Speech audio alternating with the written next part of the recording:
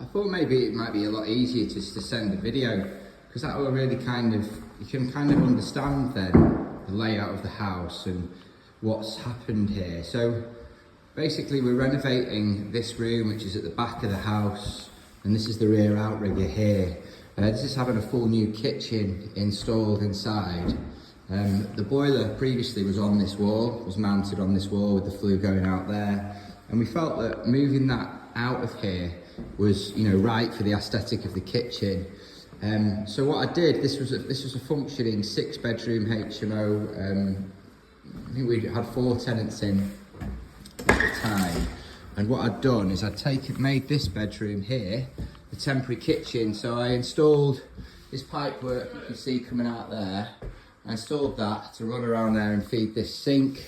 I've had some electrical sockets installed, and you know, a new this cooker and whatever. It just transported everything from the old kitchen, which was kind of in a bit of a nasty state, so that's why I wanted to replace it.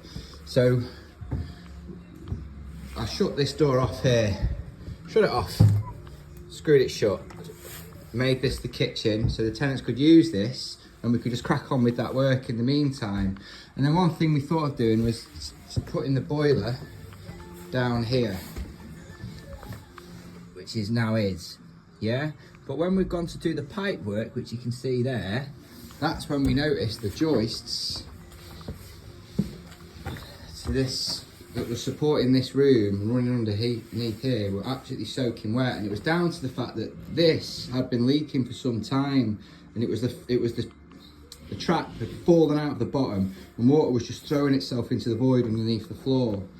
And what that's meant is we've had to I had to move the tenants out, put them in emergency accommodation, because all this floor had to come out. This is all new floor, as you can see, and 13 joists ended up being replaced. Luckily, this was kind of like a sleeper wall here that they were rested on, so it didn't impact on these 2 rooms. That's another bedroom, and that typically would be a bedroom. So all this had to come out, which I provided supporting evidence of and photographs of, and we had to replace all of this, and you know, reinstate this bathroom, which still isn't done.